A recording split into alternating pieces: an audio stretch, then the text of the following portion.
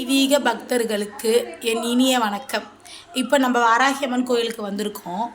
இங்கே ஒரு அம்மா ஒரு 2 வருஷமாக வந்துட்டுருக்காங்க. அவங்க ஒரு பல பிரச்சனைக்கு வந்திருக்காங்க. ஆனால் இப்போது அந்த பிரச்சனைலாம் சரியாயிட்டிருக்கு அப்படின்னு சொல்கிறாங்க. வாங்க நம்ம கேட்கலாம். சொல்லுங்கம்மா, உங்கள் பேர் என்ன? ஜெய் வாராகி. ஜெய் வாராகி. எனக்கு பையனுக்கு கல்யாணம் ஆகணும்னு வந்தோமாங்க. பையனுக்கு நல்ல முறையாக கல்யாணம் முடிஞ்சுது. அதேமாரி நம்ம வீட்டில் ஒரு மாடு ஒன்று வச்சுருக்கோம். அந்த மாடு ரொம்ப நாளாகவே கடாக்கண்ணே போட்டுருந்தது. அதனால் அது கொடுத்துடலான்னு ஒரு யோசனை பண்ணி, அம்மா எனக்கு இந்த வாட்டி கொட்டை கன்று போடணுன்னு நான் வேண்டிக்கிட்டேன் அம்மாக்கிட்ட. அதேமாரி அதுவும் நிறைவேறிச்சு. அப்புறம் இப்போ இன்னொரு சின்ன ஒருத்தர் இருக்கிறான், அவனுக்கும் கல்யாணம் ஆகணும்னு சொல்லிட்டு அம்மாக்கிட்ட வேண்டியிருக்கேன். அதுவும் எனக்கு அம்மா முடிச்சு கொடுப்பாங்கன்ற நம்பிக்கை எனக்கு இருக்குது. எல்லாமே முடிச்சு கொடுத்தாங்க. அதேமாரி ஒரு இடத்துல காசு வர வேண்டியது, அந்த காசும் வந்தது.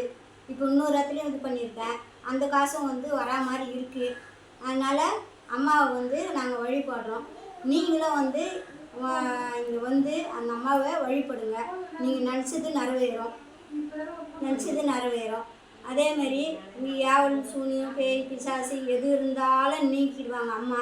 நீங்கள் கவலைப்பட வேண்டியதே இல்லை. என்ன மாதிரியாக நீங்கள் வழிபட வாங்க.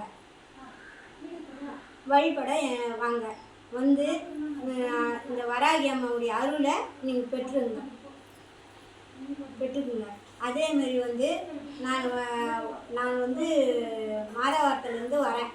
உங்கள் பேர் என்னம்மா? பேர் உஷா. சரி.